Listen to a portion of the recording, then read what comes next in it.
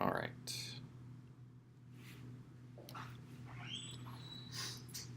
So we'll look at PET today entirely. And it's an additional nuclear medicine imaging technique, similar to SPECT in the sense that the patient will be the source of the radiation. The patient will be glowing, and we'll put a special detector around the patient to image that glow. In PET, it turns out that the gamma rays that we're going to image are of a higher energy than those in SPECT or CT. The downside of PET is there are fewer of these gamma rays that we detect. There's the fluence of radiation is lower. This is what a PET scanner looks like. It looks very much like any other type of medical imaging device in the sense that it's essentially a cylinder that you put the patient inside, and the patient has to lie quietly inside that cylinder while you're acquiring the images. The downsides of PET also are the fact that because the fluence of radiation is quite low, the patient has to lie there quietly for an extended period, for minutes, if not 20 minutes, something like that. And so it basically is susceptible to breathing artifact. So because your organs, specifically your heart, are moving up and down in your body as you breathe, obviously you need to compensate for that, or you just get blurry pictures and you deal with the blur.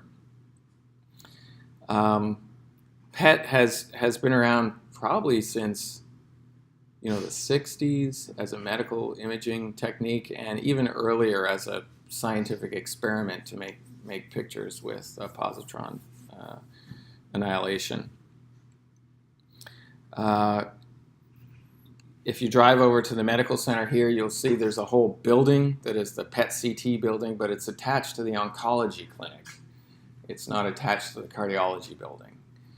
The reason it's attached to oncology is because it's extremely sensitive at picking up metastatic cancer. So if you have very small balls of cancerous cells elsewhere in your body than your primary tumor, this technique will pick that up very easily. So it has high sensitivity to small things like small lesions, cancerous lesions. What it is used for in cardiology, when it is rarely used, is to measure perfusion of the myocardium. And the reason is you can tag a freely diffusing molecule such as water with a agent that will emit positrons, and you can track that water into the heart and look at blood flow in the heart. And we'll take a look at how that's done. So the first order of business is you need to make an atom that is going to emit positrons. Okay, so a positron is just like an electron, but with a positive charge. It's its complement.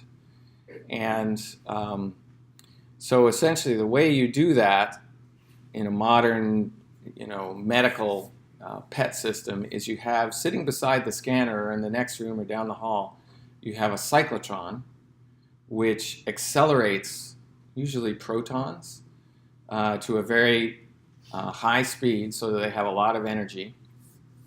Here it says greater than 18 MeV, so that's a high energy proton, right? Does anyone know what the highest energy protons are that have been created on the Earth, on the planet, by accelerators? You know what that is? Do you guys know CERN? Have you heard of what CERN is? Where they're doing this proton-proton collisions to try and find the Higgs boson and stuff like that. So that thing is a cyclotron that accelerates protons around this huge track. It's like miles and kilometers long. And it gets two beams, and then they hit the two beams of protons together to try and smash them with enormous energy to see what the hell comes out of a proton when you smash it. we don't get it at that energy. We're down here at a smaller energy, but it's a ring of accelerating protons. And then you stick in as the target basically enriched water that is enriched with O18.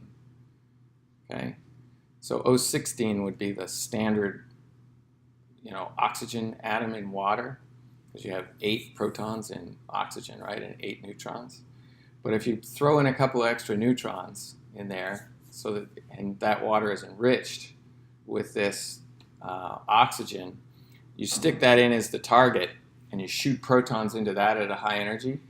Those protons are going to actually interact with the nucleus of the O18, smash into it, and create an extra proton in that nucleus. And then it's no longer oxygen, right? It becomes fluorine, and it's fluorine 18, so it has, an extra neutron in there. And so what's going to happen is that will decay back into oxygen by emitting a positron, right? So a proton inside the nucleus of the F18 will shoot out a positron. It becomes a neutron, right? And the nucleus becomes an oxygen, and that's a nuclear decay, right? And so that this transition occurs at a specific rate such that the half-life of this stuff is about 110 minutes. So in 110 minutes, you only have half of this left. 110 minutes is pretty good. I mean, these half-lives are all over the place, right? You have millions of years for some nuclear reactions, and you have, milliseconds for others. This is very convenient, right? 110 minutes. You got 2 hours to get your stuff together. So you make the F18, it's the positron emitter. You can take that fluorine atom now and do chemistry with it. You got 2 hours to get things done. So you can take it to the next room, make a chemical reaction such that in the tracer molecule, the fluorine is actually contained inside some bigger molecule that your body will actually metabolize or take up by cells or something like that.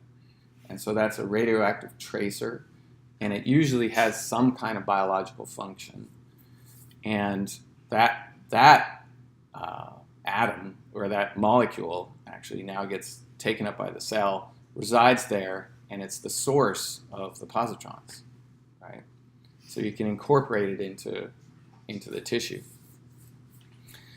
So as this reaction is occurring, positrons come out of the F18, and they don't immediately annihilate with an electron, right? They come out with a fairly high energy, so they come boom, shooting out of the nucleus, and they'll make it some distance from their source before they lose enough kinetic energy such that they can interact with an electron. And when the two particles interact, so I have an electron here and a positron here, this one has shot out of this atom and it's bouncing around, and it slows down and gets close to me, and the electron, they annihilate each other, right? And what comes out of that annihilation is 2 photons. So those particles are now gone. All of their mass is now converted into pure, electromagnetic energy as 2 photons. And the 2 photons, because the momentum of the system was close to 0, they shoot off in opposite directions, like perfectly opposite directions, plus or minus 0.3 degrees or something like that, or 0.03 degrees. So now you have 2 511 keV or 0.5 MeV photons. One goes this way, one goes this way. And so for imaging, that's a gift, right? Because you have these 2 things that are emitted from a point, and they're coming along a straight line, right, away from that point, right? And so that straight line is what we are able to use to reconstruct the image, right? Because now we have, without doing any kind of anti-scatter grid or some kind of grid such that we're only looking in one direction for our radiation, this does it for us because this line here limits inside the patient where that interaction or where that annihilation could have occurred. Right? So it's pretty cool technique. Well, there it is right there. It's 0.3 degrees is the variance in the angle at which these things come off. So it's pretty narrow. So what we can do then is we can put a ring of detectors around the patient. And ideally, what detector array would you like to put around the patient? If you had your choice, if you could do anything, what would you put around this patient? Well, I would put a sphere, right? I would just like put a whole sphere around the patient and collect every damn photon that came out of that patient because they're going in all directions, right? Expense and mechanical design and things like that don't let us put a whole sphere around the patient, right? But normally, because people kind of do the same thing every time, they have created these detectors in a ring, and that sits inside that cylindrical scanner. Okay. So it significantly limits the number of photons that you're going to pick up. The vast majority of photons are flying out of the patient. You're not going to detect them, which is too bad, right? In particular, what can be annoying, I imagine, is if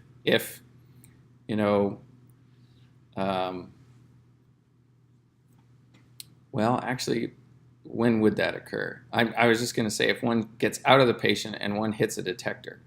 But actually, for this configuration, actually, that's not going to happen, right? If one hits a detector here, there is an opposite side here where it will hit the detector here. Right?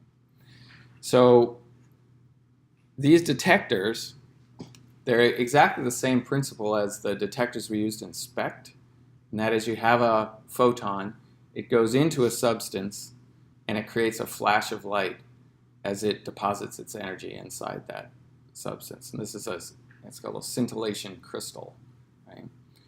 And that's the way it was done in SPECT. And then remember, the light hit a photodiode, and that created this cascade of voltage.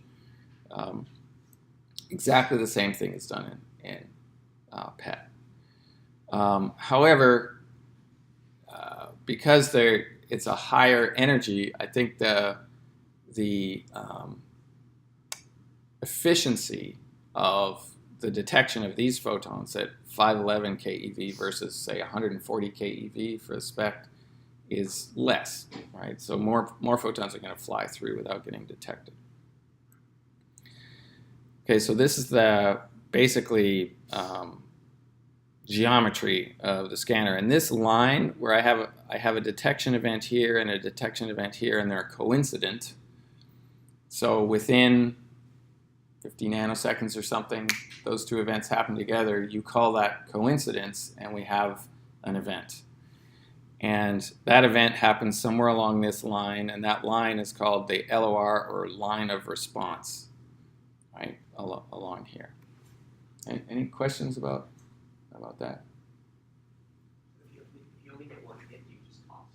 If you only get one hit and you don't get two, then very close. Yeah, so the question is, suppose I get one detection here, like a spike here, and I don't see anything else coincident with that spike on my detector array, then you throw it out because you don't know from where it came. Right? How do you know where it came from when you get two? Is it just based on the time, like how long it takes, like the difference in the time? Okay, let's forget about time of flight for now, and let's say the two events are close enough to make them coincident. Okay, if I take this point and I draw a straight line between them, right, in 3 space, so it doesn't have to be in a slice, it can be a straight line between them. Just draw that line back through the patient. That line's going to intersect a lot of positions in the patient, but you know it came from somewhere along that line. That's all you know, right? But it's same with CT. When you shoot a photon through a patient in a CT scanner or an X-ray, and it gets absorbed so that you see absorption along that, you only know it got absorbed somewhere along that line. You don't know where, right? It's the same thing with PET. We know that that event, this positron annihilation, occurred somewhere along this line, and you just connect those 2 points. The great thing is it's, with this plus or minus 0.3 degrees, it's not a very broad swath of the patient from which that event occurred. Any other questions about that? You can imagine when you've got your heart here, your heart is beating and you're breathing, right? So the heart's going bunk, a bunk, a bunk, a bunk, and it's going up and down, usually between the head and the feet, a couple of centimeters during each breath. And so things are moving around here. So if say the myocardium is bright, that signal is moving up and down. That's a problem, right? Yeah? How long would it take to complete like a whole scan? So the question is, how long does it take to collect all of the photons you want from a whole scan? And it's minutes. Because the flux of photons isn't high enough to collect it in seconds or milliseconds. It would be great, right? So you just go poop, and you get all your photons in a few milliseconds. The whole thing's frozen.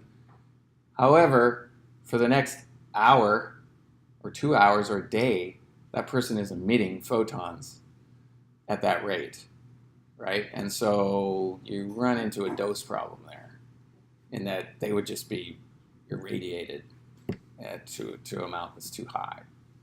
So how exactly can they gate that essentially based on the heartbeat to get an image with a heartbeat? That's a great question. So the question is, can't you put your data collection into time buckets, right? And gate those time buckets or sort those time buckets as a fraction of the R to R interval, say, of the heartbeat. And yes, you can, right? So basically I can make 10 pictures and I'll collect data in each 10% of the heart interval, of the R to R interval. And those 10 pictures, each one will have 1/10 the number of counts of the whole thing, but it could be a much higher quality picture because it doesn't have the blur from the cardiac motion. That's correct.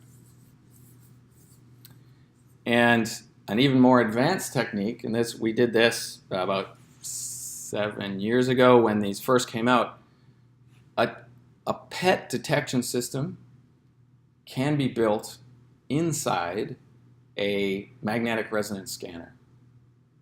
So you can have an MRI scanner that has a PET system built inside it. And so all the manufacturers now have these.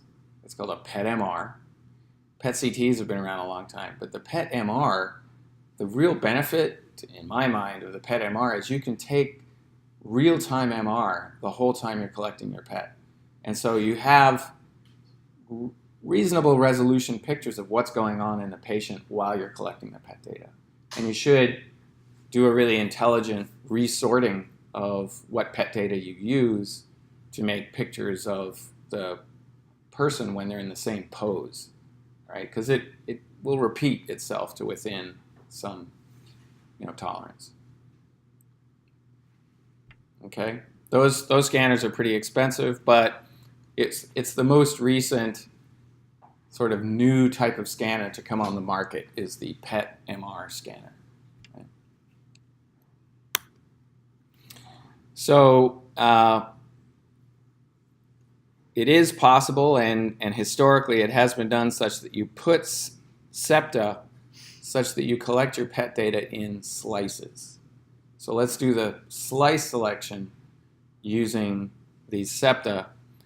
I don't think that's a great idea. I think you should just use it, with coincident detection and just pick the events that are occurring in that slice, right? Because you can do that. And so essentially all you're doing here is throwing out data that you would say have an event here, an event here. So you're eliminating that line of data. by putting these septa in to keep it in multiple slices. I don't think that's such a great idea. Why do that? You know, you can just let your reconstruction cope with the fact that you've got lines that are in 3D versus lines that are just in 2D. 2D reconstruction from projections is the sort of standard historical way that computed tomography has been done and SPECT has been done. It's just 2D projections, and you do 2D convolution back projection. But now with modern reconstruction techniques and iterative techniques where you use large graphics cards to do the math in a reasonable time, you can use all of this data to put together a picture, right, of a 3D picture. So this is a traditional way of collecting 2D slices, but I think this is better. So how can it go wrong? So we have 3 cases here shown in the picture. This is when everything is going right. An event occurs, say in the aortic arch of this patient. I get 2 photons coming out in exactly opposite directions. I get coincident detection, and that tells me that somewhere along that line of response I have an event. It doesn't tell me it was here, remember. It just tells me it was somewhere along here. So this isn't what our data would look like. This is the true event that occurs to give us the data that is this line. Here, we have an event in the patient here. 1 photon goes off this way. Had this photon continued without interacting with the patient, it would have gone off this way and hit this detector. And we'd have a coincident detection between here, and you draw this line of response and say, okay, it occurred somewhere along here. And that's correct, right? It did occur somewhere along this line. Unfortunately, what has happened is this 511 keV photon interacts with the molecule here and shoots off at a different angle after that interaction. So it's some kind of scatter. Right? You will get a coincident event between this and this. Right? If it doesn't lose enough energy such that you eliminate this with energy filtration. Right? But if they're close enough in energy, when it hits here and here, you'll get a coincident event between this detector and this one, giving you this line of response. And so that's the wrong line of response. Right? So that goes in your data, but it's wrong. Right? So it's just going to cause noise and problem and background junk in the picture. And then an even more complex scenario, and this probably happens much more rarely than this. I don't know what the ratio is to how often this happens versus this. But if we have 2 simultaneous decays, right, then we can get a whole set. We can get a wrong line of response here from this photon and this photon occurring simultaneously, right? But then you also get a wrong line of response here and here from that photon and that photon, right? So this is another reason why I would imagine the rate at which, the amount or the fluence of the photons coming out of the patient needs to be at a certain level such that we match the ability of our detector to detect coincident events and eliminate non-coincident events, right? Because we really only want to detect one coincident event at a time. If we try and detect 2, this happens. You don't know where it is. Was it this line of response or that line of response? Or this or that, right? So you need the rate of fluence coming out of the patient and your temporal resolution of your detector to be matched so that you're not in this situation. Okay. So this would get worse if your ability to detect coincident events got worse and worse, i.e. you needed longer and longer to detect an event, longer in time to detect an event. So what happens in one of these detectors actually is you get a flash of light, right? And that can extend out the period of, or the temporal signature of an event, right? So we get a flash of light and it decays away. The decay of that flash of light can essentially limit the temporal resolution of our detection of these events. Right? Like your TV screen, well, you guys don't know TV screens, but in the old days when you had a TV screen, an electron hit the screen and it caused a flash of light, and that flash decays away. And the decay was actually quite slow, right? So it wasn't like the screen was flashing a picture in picoseconds and your eye was picking it up. It basically was a continuous image because of this temporal, decay of the light that came off of it. I don't know what the temporal decay is of, say, my screen in front of me right now. If I had a camera fast enough, would I see this screen flash off and on? Right? Does anyone know? I don't know. I guess they have a natural, like the little LEDs or whatever is in here, have a natural decay, right, for the light that's produced by putting a signal into them. I don't know what that is. Okay. So here is what the detector that creates the flash of light from the 511 keV photon looks like. It's slightly different than the one we had for SPECT. Okay, so you have this crystal that's going to cause the flash of light, and then the photomultiplier tubes. Remember, we looked at these in SPECT. They take the light and turn it in by those diodes. They turn it into a pulse, an electrical pulse, through amplification of like 13, doublings or something like that. And then the way these crystals are cut is they put lines down such that they look like columns all sitting vertically together. And so when you get a point, when there's a flash here, the light doesn't spread out in the crystal. It essentially goes down one of these channels, or at least it goes down primarily one of these channels, so it focuses the light down onto the correct photomultiplier tube. And this increases the spatial resolution of the system. So this is 2 to 3 centimeters thick. It's pretty thick, right? That's about that much stuff is a crystal that I need that thickness of stuff such that the probability of a 511 keV photon getting in that crystal and causing a flash. That's a thick thing, right? Because it can occur anywhere up and down that thickness, and when it occurs up high, the light will spread out over a fairly large region. So there'll be uncertainty as to when you're looking up from the bottom of the crystal up, say, where did that come from?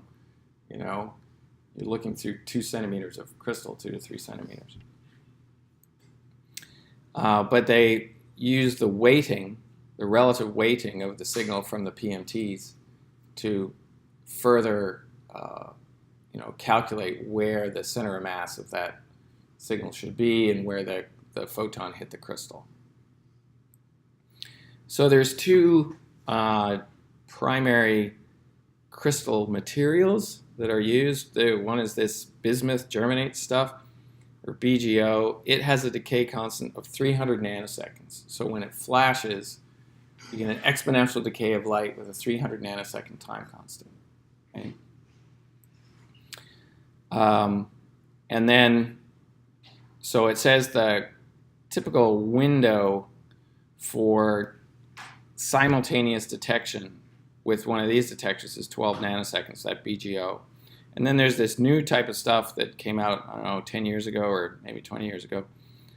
And it's this material which causes a flash. They've gone through hundreds of these materials, right, to try and get the stuff that flashes the quickest.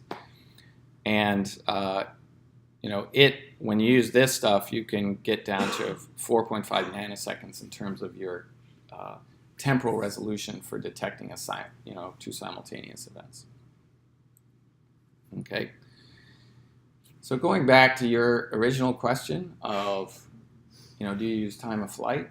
If you're starting to detect things with this type of temporal resolution, you probably can detect a temporal difference between one photon hitting one side and one hitting the other, right? If you can measure that difference in time, you can give yourself some estimate of where along that line that event occurred, right? So the shorter time, it's going to be closer than the longer time, right? But it's going at the speed of light, so it's still a pretty broad range. Okay.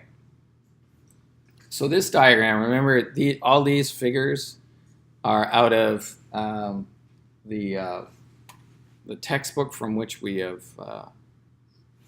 taken other chapters, and I think I'll put this chapter online if it's not already online. I think it should be. It should be the PET and SPECT one, but I'll get it up there if it isn't.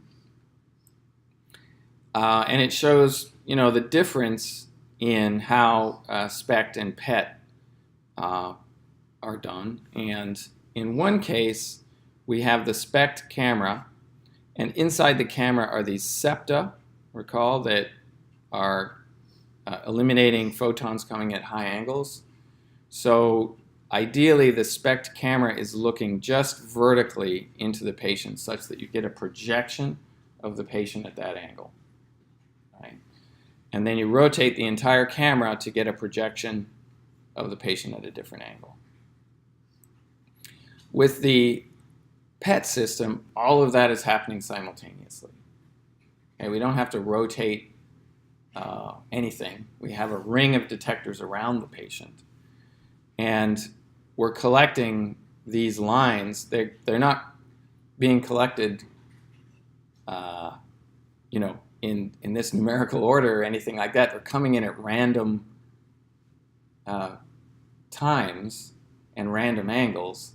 But eventually, when I look at all of the lines that I've corrected, line of response through the patient, and say, can I create a projection of the patient at a specific angle from this 30 million lines of response that I've measured? And I ask for lines of response that are a particular angle. I could, collect a bunch at this angle, and that's my projection at that angle. You just go through the data and look for them. Right? Now, if you're not gating, you don't care where in time you've got that line. You just pick it out if it's at the right angle.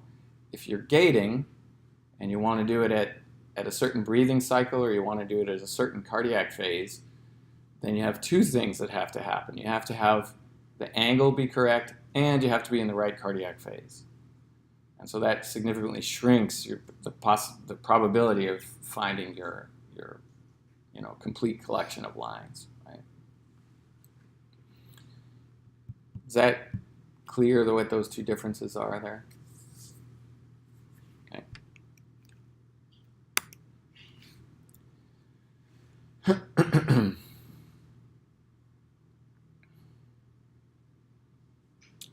Okay,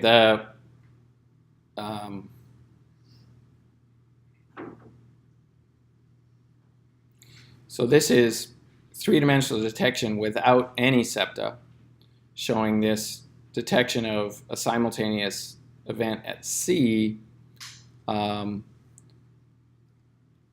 as well as events that are occurring just in the orthogonal direction. And it obviously increases the number of events you're going to detect by a large margin, right? So my preference is to let the reconstruction deal with the fact that you have these interesting angles through your volume. So in a 2D projection reconstruction, you want all of your data from a single plane. It turns out we're also going to have data from angled planes through this patient, right? You can generalize the whole thing to be a 3D problem and just do a large iterative least squares fit to what your emitter should look like, which is your patient, and whether or not it's consistent with these events, right, in 3D. Okay, so it turns out the spatial resolution of PET is about 5 millimeters full width at half max. And so remember, when we were talking about spatial resolution, one way to quantify it is you have a little tiny object, you image that tiny object, and you see on your picture what is the shape of that object.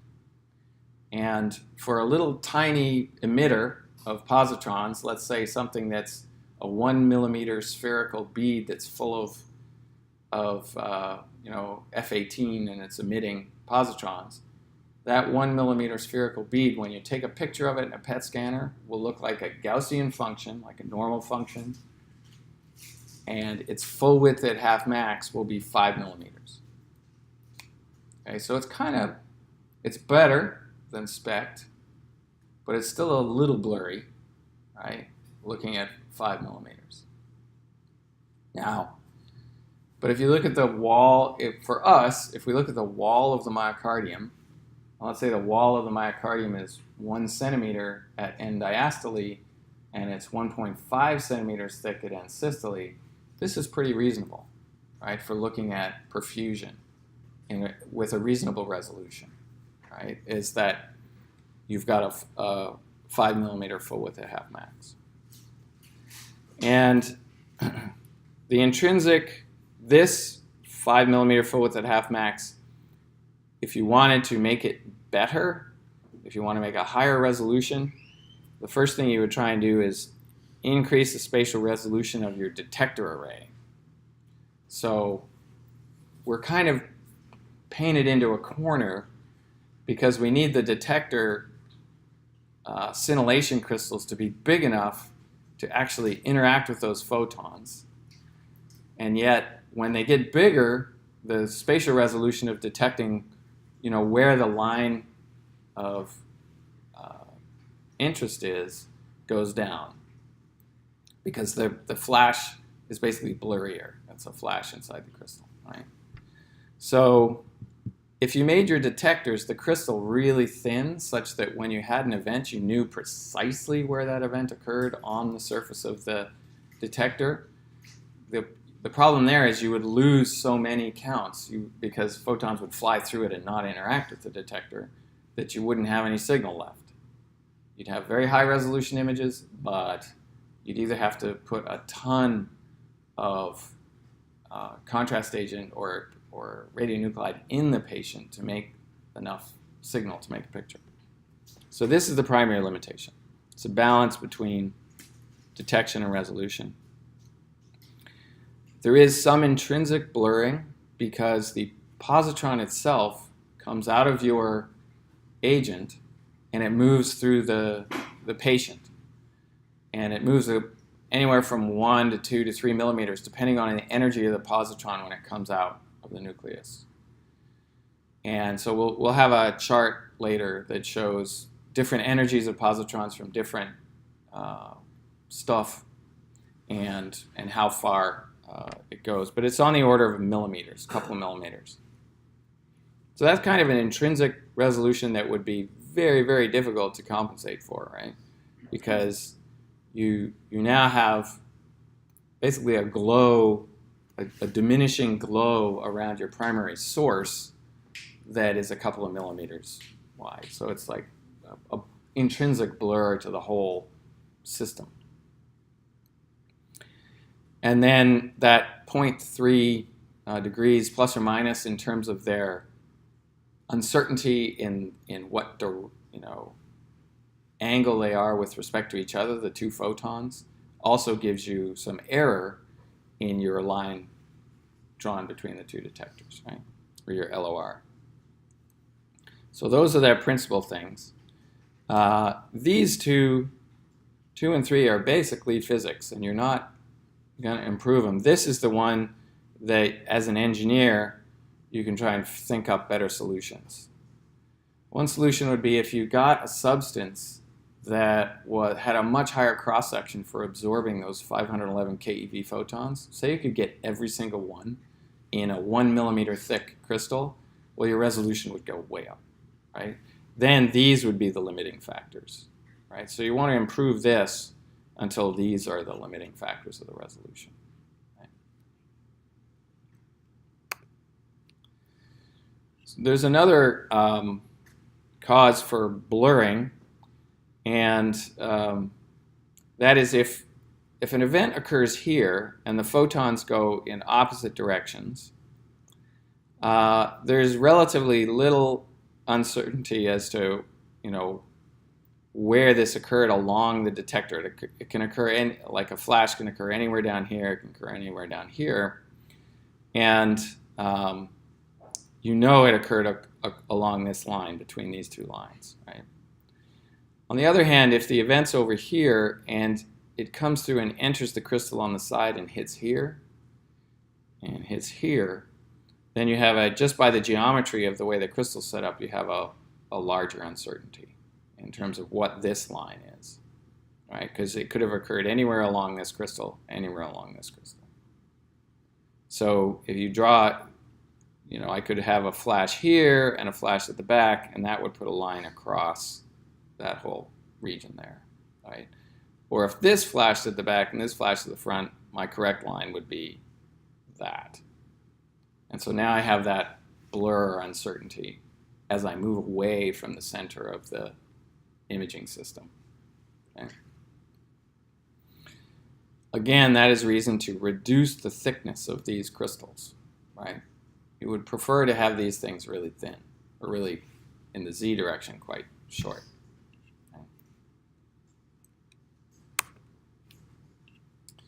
So these are commonly used atoms or radionuclides that create positrons. This is their half-life, and this is the fraction of nuclear decays which are positron emission versus what else can happen to this atom. This is the energy of the positron when it exits the nucleus in that interaction, or the maximum energy it can have. And this is the range of that positron pretty well based on that energy, like how far it's going to go before it interacts or annihilates with an electron, because it has to reduce its energy to a level that annihilation can occur. Right?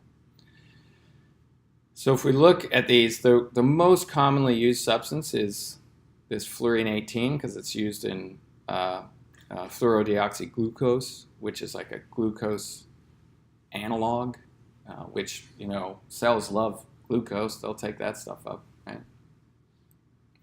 It has a really convenient 2-hour half-life, so you can do chemistry with it before you inject it in the patient. One of the things that is less convenient about a longer half-life is the dose to the patient can be higher because it hangs around longer and just irradiates the patient longer. And you can see some of the half-lives are down in the minutes, like 015. You have to get busy, right? When this stuff comes out of the cyclotron and you want to inject it in the patient, you got to get it over there pretty quickly. There isn't a lot of time for doing some complex chemistry with 015. But if you incorporate this into water, then you have a freely diffusible tracer that just goes wherever water goes. So there's no, sort of compartment that water cannot go into in the body, right? If you have other more complex molecules, sometimes those molecules don't even get out of the vessels, there's a blood-brain barrier. It's very difficult to get stuff across the blood-brain barrier, right? Any kind of molecule. But water, goes straight through. Right? So this is useful for that. Ammonia is used as a perfusion agent.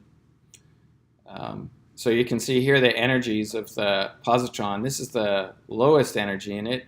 So its range, maximal range, is 2.4 millimeters. So inside that 2.4 millimeters, all of those positrons will be annihilating with an electron. It looks like a Gaussian inside there. And so that's a kind of uncertainty sphere around your source, whereas that uncertainty sphere for O15 gets pretty large, right? Well, actually, this is, yeah, it's in millimeters, right? Okay. Any questions about that? Okay. This is something that isn't intuitive to me, but anyway, it's quite interesting in that the probability, right, that both photons get out and are detected is actually independent of the position of the interaction along the line. So remember in SPECT we had to do this correction for depth in that the probability of a photon getting out at the center was a lot lower than a probability at the surface because it was one photon we had to worry about, right? And in SPECT, when I had a photon here, there was a much higher probability that it was going to get absorbed in here than if I was at the surface. So stuff at the surface looked brighter in SPECT, just in the raw data. And it was not because the activity was brighter, it was because basically there was less stuff to get through to get to our detector. It turns out because you have two photons, the probability balances out, right? When you do the calculation that you're going to get a simultaneous detection independent of where it occurs along that line. And it's kind of cool.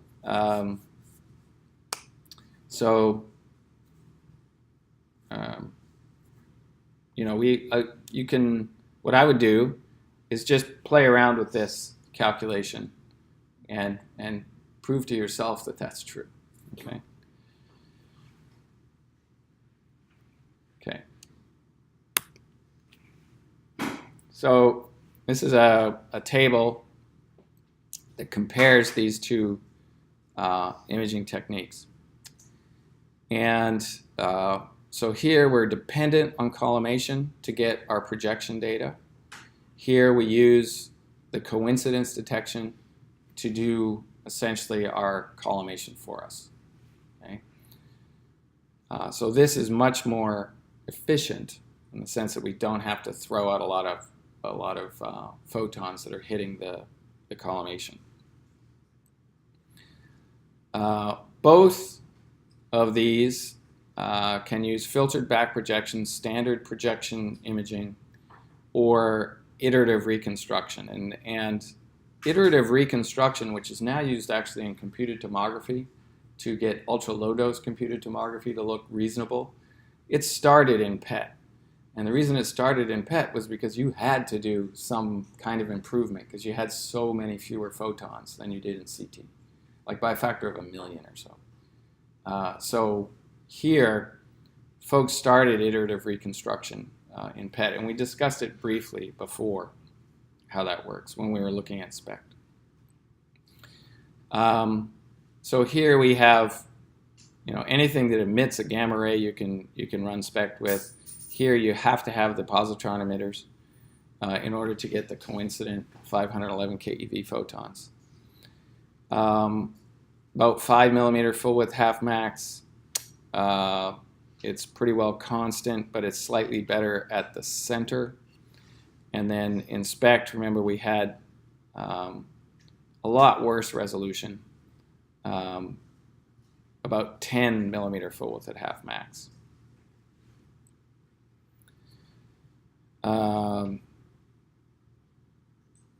The attenuation inside the patient is more severe. So we have more interaction of the 500 keV photons with the patient than we do here. And then I'm not sure what this radar attenuation course. Oh, X-ray CT can be used to correct for attenuation. And so most of the time, instead of like a PET MR scanner, which is a very expensive new device, virtually all PET scanners that aren't PET-MR are PET-CT scanners. And what you will do is you'll use the CT image to, as you do in the SPECT, is to correct for the attenuation expected for a specific pathway. And then you put that attenuation correction into your reconstruction. Okay? And so here are some examples. This is the CT data from a PET-CT scanner. And so there's very little contrast without injecting a X-ray contrast agent. There's very little contrast in the blood to tissue in the heart. This slightly lower signal on the CT is fat because it has a lower attenuation of X-rays than does blood and muscle. So you can see bone is a high attenuator. Air is a low attenuator. The X-rays go through air quite easily, and blood and muscle are about the same. This image is used to correct for the attenuation of the 511 keV photons. You model that attenuation correction to create a picture like this. This is a pure iterative reconstruction of the positron emitter signal in this patient. Right? So this is purely the concentration of those positron emitters. Right? And you can see, I think this is obviously cardiac gated, right? Because the heart wall looks very, very sharp and clean in its end diastolic configuration here. So they've probably eliminated those signals where the heart had contracted down into the systolic condition. This is the right ventricular free wall, the septum, and the lateral wall of the left ventricle. And so this agent has accumulated in the tissue. So you can see whether or not it got there. Right? If you don't do iterative reconstruction and you just do standard back projection, for example, this slice, we just pick off all of the LORs that were in the slice here at different angles that we can use to create a picture, and we use standard convolution back projection with CT type reconstruction. We get a picture that looks like this. Right? It has similar resolution to this one, but much greater noise level, uncertainty in what our counts are at each position. So this reduces the signal to noise. It probably improves the spatial resolution to some extent because you can include a model of your detector in here, whereas here you don't really, if you're just doing convolution back projection, you don't really put a model of your detector in, and you get this picture. When you overlap this on top of this, you get a picture that looks like that. So now you have a very nice high resolution map of what you're looking at, and you have a color overlay that gives you the amount of FDG that got into that tissue. Okay, so they're remarkably good pictures, right, of perfusion in the heart. And so if you want to figure out whether or not a piece of myocardium is viable, and that is it getting perfusion, one, and with this perfusion agent, if it's fluorodeoxyglucose, the perfusion agent itself looks like a sugar, and we'll take a look at its chemical composition in a second. That sugar actually has to be actively absorbed by a cell that is alive, right? So if the cells there are dead, they're not going to absorb this stuff. And so if they're dead, even if they're getting blood flow, they're not going to take this stuff up. And so you can determine whether or not the cells at that location are alive. They may not be contracting, right? So their mechanical contraction could be done.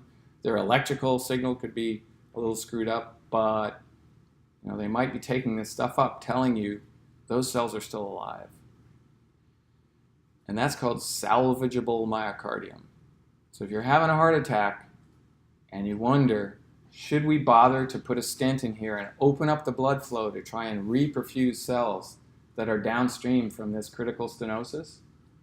A fundamental question is, are the cells downstream still alive? If they're dead, you probably shouldn't open that thing up because you cause more trouble than it's worth. If they're dead, most of the time you just leave everything alone, give the person the best medical therapy possible to try and eliminate arrhythmia, try and eliminate clots and things like that, and just let the tissue settle down. And basically they will form a scar and come back and you can take a look and see what that scar looks like. If on the other hand those cells are alive, you should reperfuse it. Try and save that myocardium because you get in there, reperfuse it, those cells could come back to normal function. Right? This is the quintessential target of cardiovascular diagnosis. This is an uncertain question that's on the table when you're asking, should I reperfuse or not? And it's, to this date, it is not answered adequately virtually anywhere, right? Because this type of imaging is only available at, super high-end academic centers where you have a few people who really want to do this type of imaging. Because it's just not done in a standard situation. Right? So that's what the promise of PET CT for cardiac would be, is that you can tell whether or not tissue is viable. Is it still alive? Here's an example of another use of PET where the resolution limitation comes into question, and that is the PET agent itself, this fluorodeoxyglucose, turns out to accumulate in cells that are inflamed. So if you have an inflammatory response in a vessel because you have vessel damage, the FDG will pile up in those cells. And so in this case, this person, in this relatively large vessel, this is called a carotid artery. It goes up your neck. You have two of them. They come off the arch of the aorta, and they come up and they perfuse your brain. They come up on either side. You can actually close one of those and you'll still survive because they both go into a thing called the circle of Willis, which essentially spreads blood to the whole brain. So it's not like if you cut off a carotid, one half of your brain goes out. You still get perfusion. However, it's usually not a good thing, right? If you have a radical drop in flow. You can look at them with ultrasound. Just put a transducer right on the vessel and take a look at the vessel with pretty high resolution pictures, right? Because you're very close to the transducer. You're essentially, the transducer is almost on top of the vessel. So you can see them. You can see them really well on MR. You can put a coil right there, and CT, you can see them. In PET, what this is showing is accumulation of FDG in the carotid artery where you have a lesion. Right? And, so it can further characterize what state of affairs that lesion is in. Ideally, you'd be able to do this with coronary arteries, right? But with our full width at half max, around 5 millimeters, a coronary artery is really about 2 millimeters, 3 millimeters in diameter. So we're talking, it's right at the edges of the resolution of this imaging technique to do this kind of imaging in coronaries. It would be interesting, though, to see if a person who has, say you saw calcium, and then in their coronaries, you saw a lesion, you could look at this and say, is that lesion active? Or has it settled down and fibrotic? Another thing that you can do with PET is actually look at the amount of perfusion as a function of position in the heart. I'll show this slide first. This is the time over which we're taking data, right? And you notice it's 5 minutes, so the data acquisition is fairly long. We're looking at the number of, or the brightness of the counts that we're going to detect and attribute to the left ventricle and the right ventricle on this side. So the left ventricular signal are these asterisks, and you can see over the course of, every 10 seconds or so, or 20 seconds, it gets brighter, right? And comes up and then goes down. That's called the input function. So when you inject this stuff in, you get a very high, bright blood pool signal for a while, and then it drops away with time. Okay. This signal, or the number of counts, right, in 1 cc of tissue, is the signal inside the myocardium.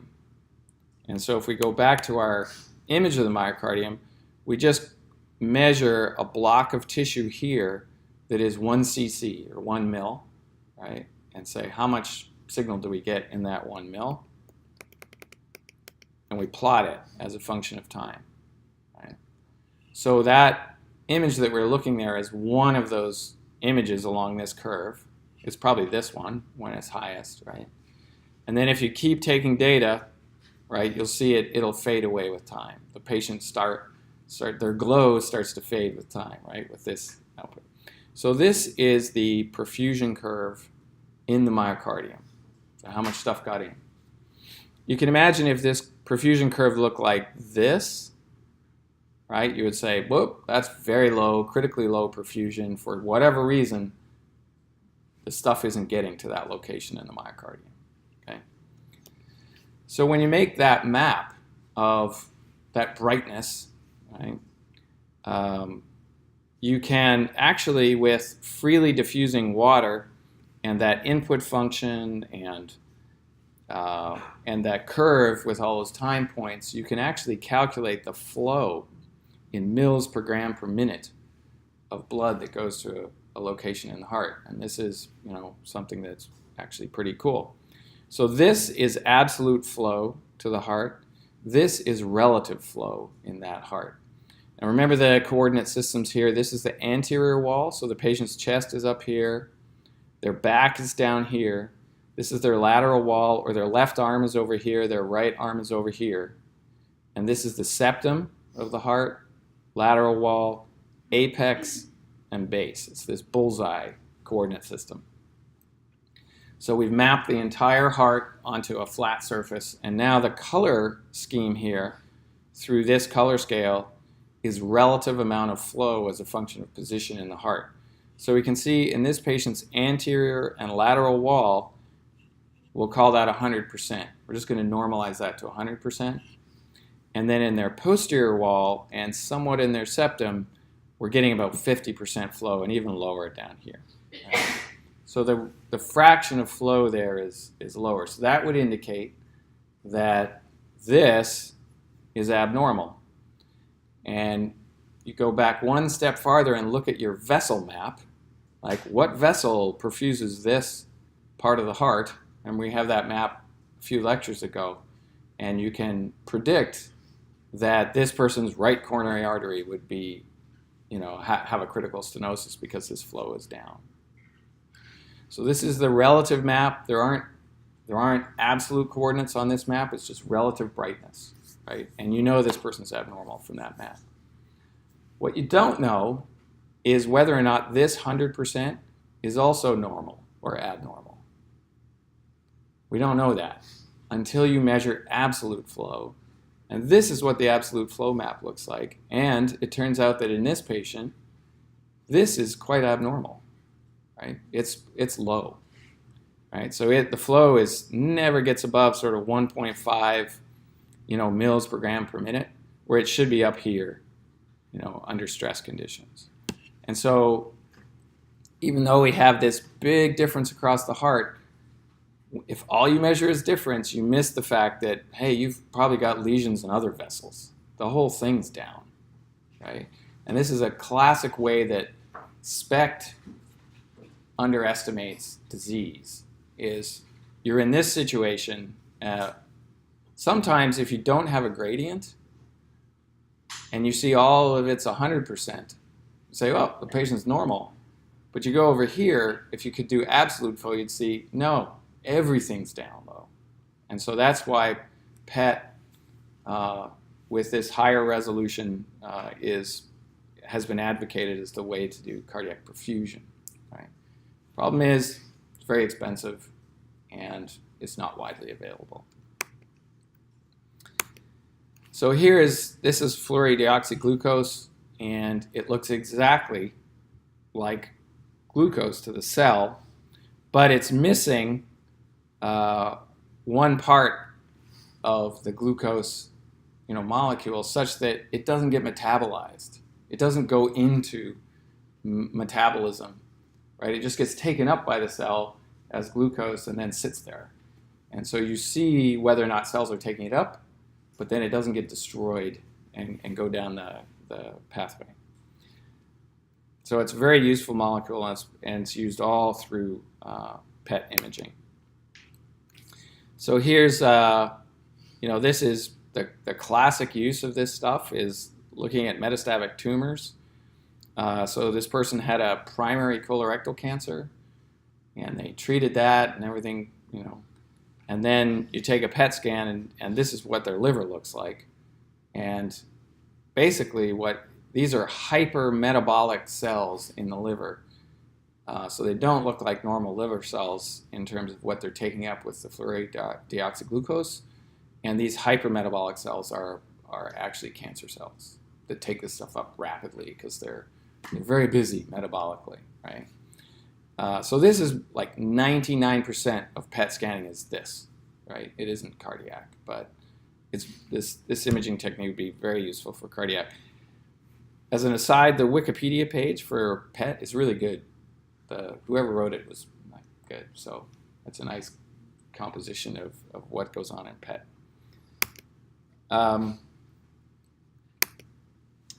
Okay, I think we're gonna stop there. And are there any questions about PET, cardiac PET? Okay, and are there any questions about the